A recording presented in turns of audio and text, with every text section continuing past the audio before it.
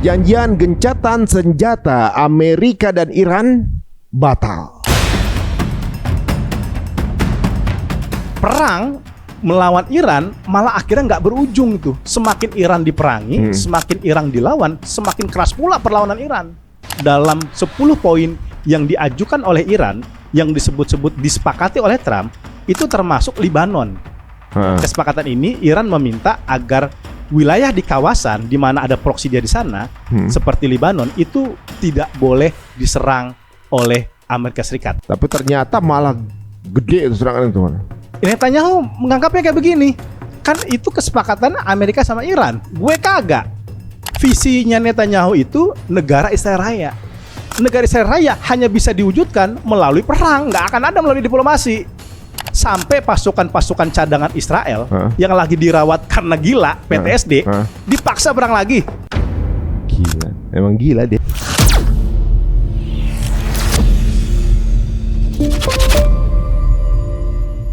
Wah, makin menegangkan, eskalasinya naik turun sekarang ini. Kemarin baru aja kita ditegangkan dengan tweet-tweet yang sejak dari Paskah kemarin, bagaimana ancaman-ancaman dari Donald Trump akhirnya kemudian kemarin mengancam akan membumi hanguskan satu peradaban dari Iran.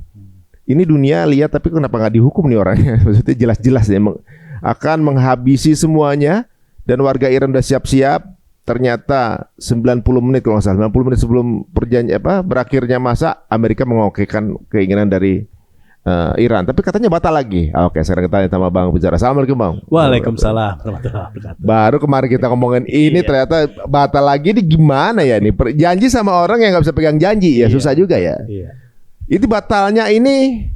Sebentar dulu. Ketika disahkan perjanjian ceasefire, berarti ditetapkan kapan itu mulainya? Iya, ini yang emang nggak jelas dalam gigitan senjata yang sekarang ini. Karena apa? Setelah Pakistan mengumumkan ada gencatan senjata, itu tidak dijelaskan secara rinci kapan mulai berlakunya gencatan senjata. Oh gitu. Iya, kan kita nggak ngelihat nih adanya tanggal yang pasti. Dulu Israel sama Joni sama kelompok H di Gaza itu ada tuh tanggalnya, tanggal sekian gitu. Kalau ini kan nggak ada, dan ini sangat bergantung dengan political will masing-masing. Nah, misalkan gini, Iran memberikan syarat bahwa gencatan senjata bisa berlaku kalau Iran berhenti diserang oleh Amerika. Kayak gitu. Selama itu masih terjadi, nggak ada gencatan senjata. Amerika Serikat beda lagi. Dia mengatakan gencatan senjata akan berlaku jika Selat Hormuz dibuka. Lah, masing-masing sesuai sama keinginan masing-masing dong. Masalahnya, Iran sampai kemudian Pakistan mengumumkan ada gencatan senjata, itu masih diserang oleh Amerika. Yang diserang Iran ya kan? Iran. Berarti nggak ada niatan nih dia nih. Nah makanya gitu kan, Iran kemudian merasa oke lah kalau serangan itu skala kecil, dia mungkin masih mencoba menafikan ya kan, kayak gitu. Tetapi kan jangan lupa, dalam 10 poin yang diajukan oleh Iran, yang disebut-sebut disepakati oleh Trump, itu termasuk Lebanon. Kesepakatan ini Iran meminta agar wilayah di kawasan di mana ada proksi dia di sana, seperti Lebanon, itu tidak boleh diserang oleh Amerika Serikat. Nah, tapi ternyata malah gede itu serangan itu. Netanyahu menganggapnya kayak begini, kan itu kesepakatan Amerika sama Iran. Gue kagak.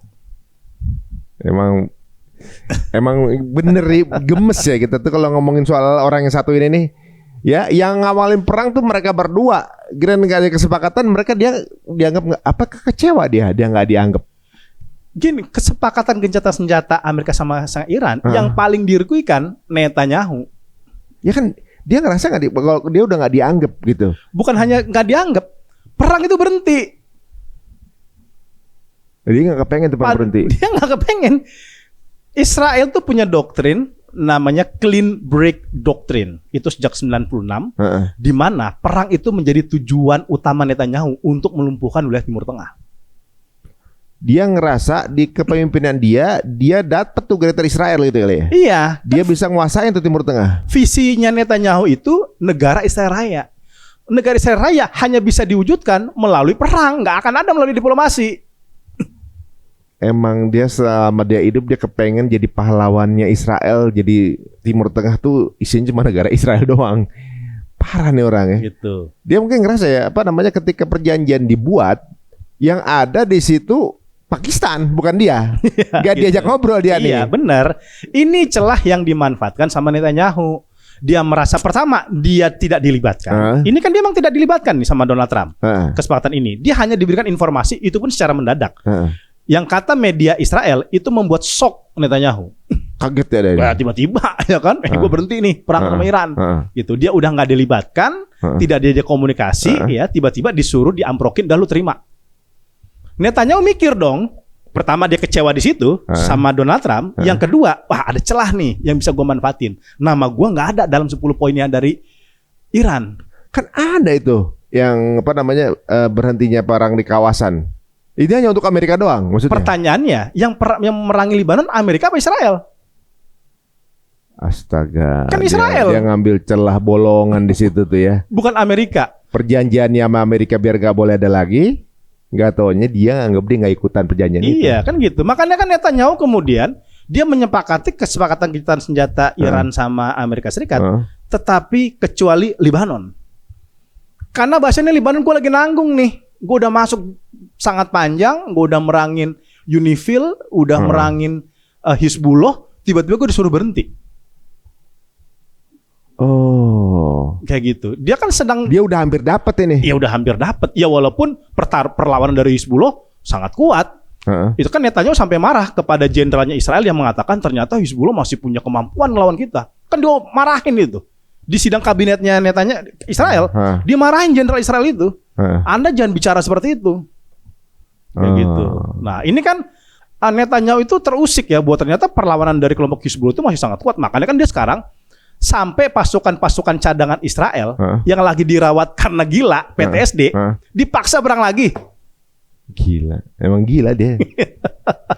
Tapi kan, lagi stres, trauma, tekanan psikologis. Saking dia shortage of staff, nggak punya banyak staff lagi.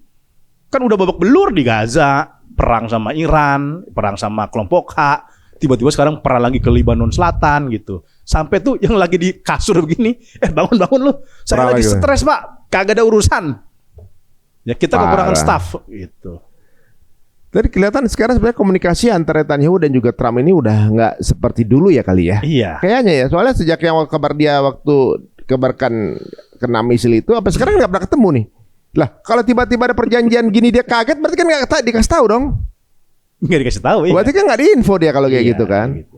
Tapi memang kerugian Amerika mungkin udah habis-habisan kali ya, karena udah 100% naiknya kan. Ini kenapa kemudian Trump itu gencatan senjata. Oh, ada dorongan. Iya, ini kan baru pertama kali dalam sejarah diplomasi ada seorang pemimpin yang ngacam akan ngirim kiamat ke Iran, ngabisin peradaban 3.000 tahun Iran. 80 menit kemudian diralat coba. Nggak ada dalam sejarah textbook diplomasi itu. Saya kuliah tuh S2 diplomasi, nggak ada textbook itu. 80 menit sebelumnya dia mengancam akan ngirim kiamat, tiba-tiba direvisi. Oke, kita gencatan senjata. Harusnya dia pede dong mau ngirim kiamat, ya kan kirim aja gitu. Coba gini, dia pasti ngitung resikonya juga. Kalau kalau ia pun dia nekat kirim kiamat, Selat Hormuz pasti juga nggak dia pegang juga, itu hancur juga. Nah, ya kan, ekonomi rusak. Kalau kabel optik kena, perbankan bisnis hilang semua, lebih parah rusaknya sih. Ini kemudian yang kenapa dia akhirnya mundur gitu. Karena gini, dia kan sebenarnya gertak doang ini orang. Ya pasti. Dia kan gertak gitu ya. Ini berharap Iran itu melunak untuk kemudian mau mengikuti keinginan Trump menyerahkan Selat Hormuz sama menyerahkan cadangan uranium. Tapi Iran ini kan semakin digertak dia semakin nantang. Semakin ngelawan gitu. Ini yang Trump kemudian perang melawan Iran malah akhirnya nggak berujung itu. Semakin Iran diperangi, semakin Iran dilawan, semakin keras pula perlawanan Iran. Ini orang nggak bisa negaranya nggak bisa ditantang nih sebenarnya. Gitu. Apa emang udah kayaknya udah gedek sih kayaknya, mereka tuh udah gemes, udah gedek, udah di blokade 40 tahun. Iya. Kayaknya itu bagian dari itu kali ya. Iya, karena gini juga, dia kan sudah mengalami korban scamming Trump berkali-kali, korban penipuan Trump ya kan.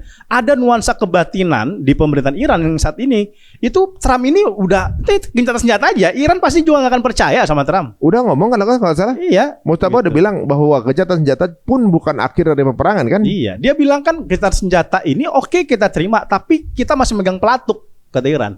Gue masih megang pistol. Tangannya masih di situ ya? Iya gitu, karena ini orang nggak bisa dipercaya, ini kan orang gila ini.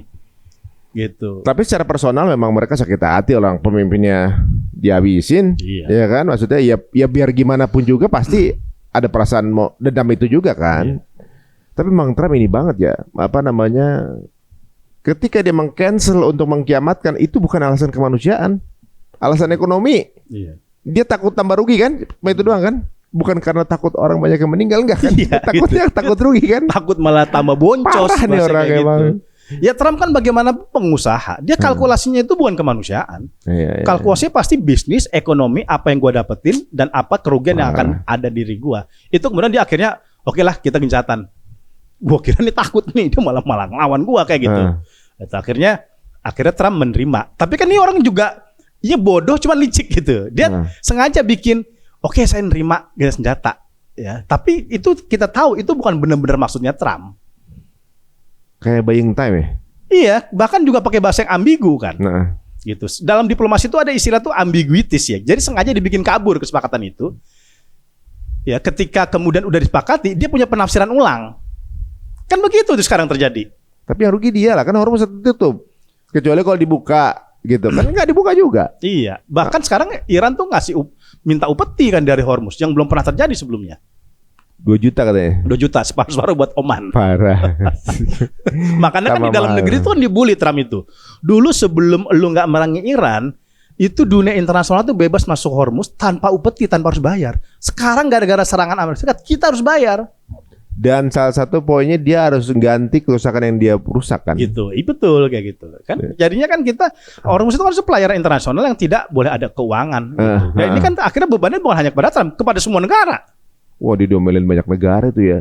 Gitu. Ya kan ini semua loh, termasuk Indonesia. Satu kapal $2 juta.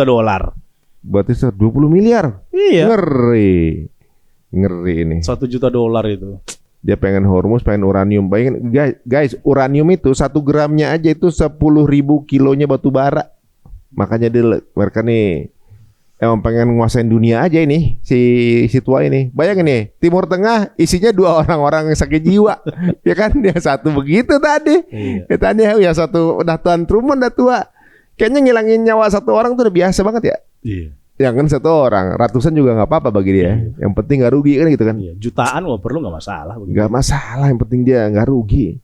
Tapi di sisi lain di Israel kalau nggak salah kan ada tekanan tuh dari Yair Lapid. Yes. Katanya warga Israel kalian dibohongi sama Netanyahu. Dia tanpa strategi udah kerusakan yang begitu rusak begitu lah segala macam dibilang gitu. Itu berpengaruh nggak sih ungkapan dia itu? Apa dia memang oposisi aja?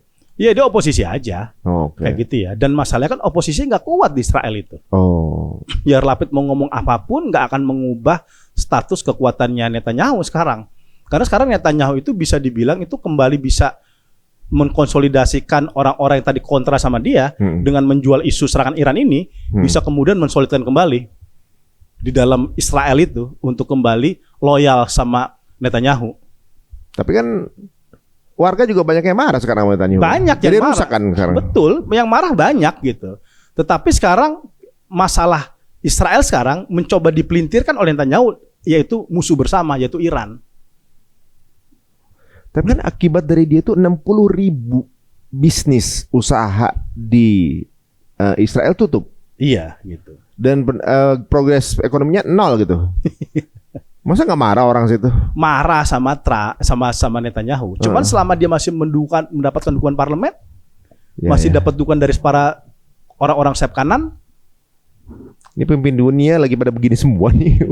Aneh. Trump juga lagi begitu juga. Maksudnya orang juga udah pada nggak suka sama dia gitu. Tapi tetap aja masih megang ya. Apa ini mungkin akhir dari ini dia kayaknya? Iya bisa jadi. Bisa jadi ekonomi melorot begini kan. Ini kan sekarang juga di Amerika Serikat kan demonstrasi udah mengarah ke impeachment nih. Ya walaupun sekali lagi secara teoretik bisa, secara praktis sulit. Kenapa? Donald Trump di impeachment. Pertama dia harus mendapatkan dukungan dari DPR, DPR Amerika Serikat, which is it's mostly still under Republic control, gitu. Kemudian, kalaupun DPR sudah setuju, harus dilempar lagi ke Senat. Ya, di Senat lah baru yang kemudian memutuskan paripurnanya lah bahasa di kita tuh ya. Sidang paripurnanya memutuskan Trump ini diimpeach apa enggak. Masalahnya di Senat itu harus membutuhkan 2/3 suara Senat. 2/3-nya suara dia lagi. Bukan setengah lagi, 2/3, berarti kan 70%. Heeh. Gitu. Dan itu kan pasti harus ada Partai Republik yang ikut menyetujui impeachment kepada Trump. Logis nggak partainya dia sendiri mendorong Trump itu di-impeach? Tapi katanya banyak yang Republik juga yang udah mulai jengah sama dia. Tapi nggak mostly kan? Nggak mostly ya. Nggak mostly. Oke. Ya kemarin itu yang apa? There's knocking itu? Bukannya Knockings movement. Iya, itu kan gerakan sipil, kemudian Partai Demokrat, para aktivis HAM. Orang-orang Partai Republik relatif silent dengan Republik nggak ikutan itu? Nggak ikutan. Oh. Ada pendukung-pendukung Trump, tapi kan dia bukan orang parlemen, bukan senat. Jadi memang sistem demokrasi udah diupayakan bentuknya seperti ini ya? Iya. Direkayasa kayak gini ya? Makanya Trump itu udah pernah dicoba untuk di-impeach pada 2019, dia diputuskan bersalah di tingkat DPR, tapi di Senat lolos dia. Iya, berarti demokrasi itu udah fail juga sebenarnya sih. Satu, ada yang namanya veto, itu bikin demokrasi failed. Mau suara terbanyak juga udah di-veto, selesai. Sekarang ada kayak begini nih, udah salah kayak gimana, tetap aja nggak bisa di-impeach gitu ya. Ini impeach mirip-mirip satu negara di mana gitu, ada lagi ngomongin gini juga, tapi nggak tahu negara mana ya. Posisinya mirip juga lagi ya, parlemennya banyak.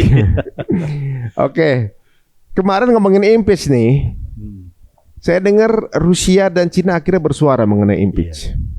Itu gimana kisahnya tuh? Jadi emang sekarang Rusia sama Cina itu udah mulai turun. Udah mulai kelihatan turunnya ya dalam skala diplomatik. Mau ikutan main kayaknya. Iya gitu. Kemarin Bahrain dan kemudian Uni Emirat Arab mengusulkan resolusi di Dewan Keamanan agar Selat Hormuz dibuka paksa secara militer. Dengan tekanan dari PBB. Tekanan Dewan Keamanan PBB. Ini Gaza aja PBB gak bisa ngapa-ngapain. Nah, tetapi usulan dari Bahrain dan Uni Emirat Arab langsung diveto sama Rusia dan Cina. Langsung tuh gemes tuh. Kayak gitu. Uni Emirat Arab sama Bahrain, negara Islam itu. Tapi tetap aja kepengennya kayak begitu, tapi diveto sama Rusia sama Cina gitu. Bukan berarti kita komunis ya, kita menyalahkan mereka ya, nggak sepicik itu gitu.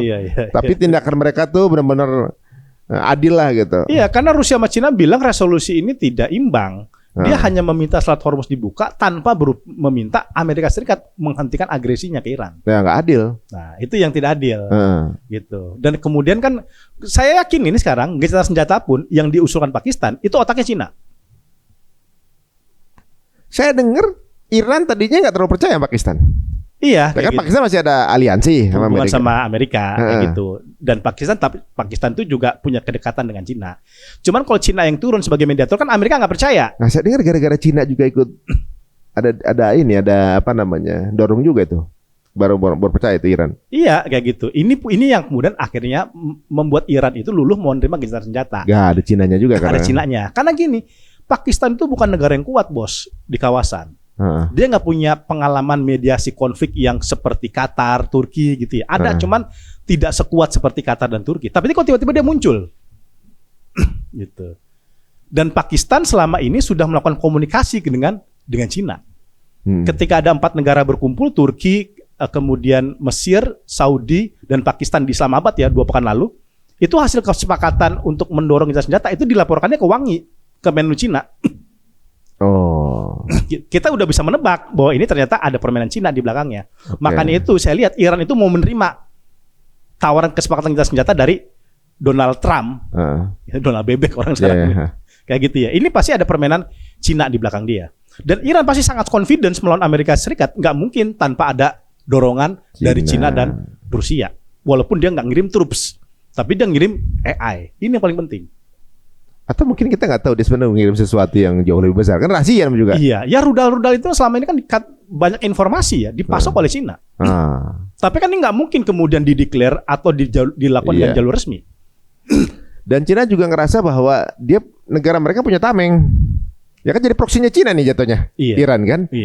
Nggak usah ngelawan Amerika, Cina cukup Iran aja gitu. Dia tinggal masuk senjata aja gitu. Ya yang negara di depannya kan Iran jadinya. Cina terlindungi. Ekonomi Amerika habis, Cina naik juga ntar sendiri kan gitu. Ini Pak, emang kayak main catur ya mereka nih ya. Karena emang perang Amerika Serikat di Timur Tengah ini emang tujuannya melemahkan pengaruh ekonomi Cina. Ujungnya Cina juga. Ujungnya ini pertarungan geoekonomi antara Tiongkok dengan Amerika Serikat. Tetapi memakai panggung Persia, negara Gulf countries, Ya gitu. Ini kan pertarungan ekonomi Cina dengan Amerika Serikat. Amerika Serikat ingin menghabisi pengaruh Cina di Timur Tengah. Tapi kayaknya blunder berarti ini. Gitu. Bukan blunder, Trump ini mohon maaf bahasa kasar itu goblok gitu. Dia nggak ngalkulasi gitu loh. Trump ini kan problematikanya sekelilingnya tuh rata-rata orang-orang konservatif. Hegseth, gitu kan, Peter Hegseth, kemudian ada Lindsey Graham itu dari Republik, kemudian lobby-lobby pro-Zionis gitu. Yang ngipas-ngipasin Trump, udah lu hajar aja Iran, itu paling juga kayak Venezuela itu nasibnya. Oh, jadi bukan pakai analisa yang tajam, tapi nggak lebih karena nafsu aja gitu. Betul, ya. Betul gitu. Beda dengan Obama ya, di eranya Demokrat itu relatif ada pertimbangan yang lebih mendalam lah. Kan dorongan untuk menyerang Iran itu bukan hanya terjadi di era Trump.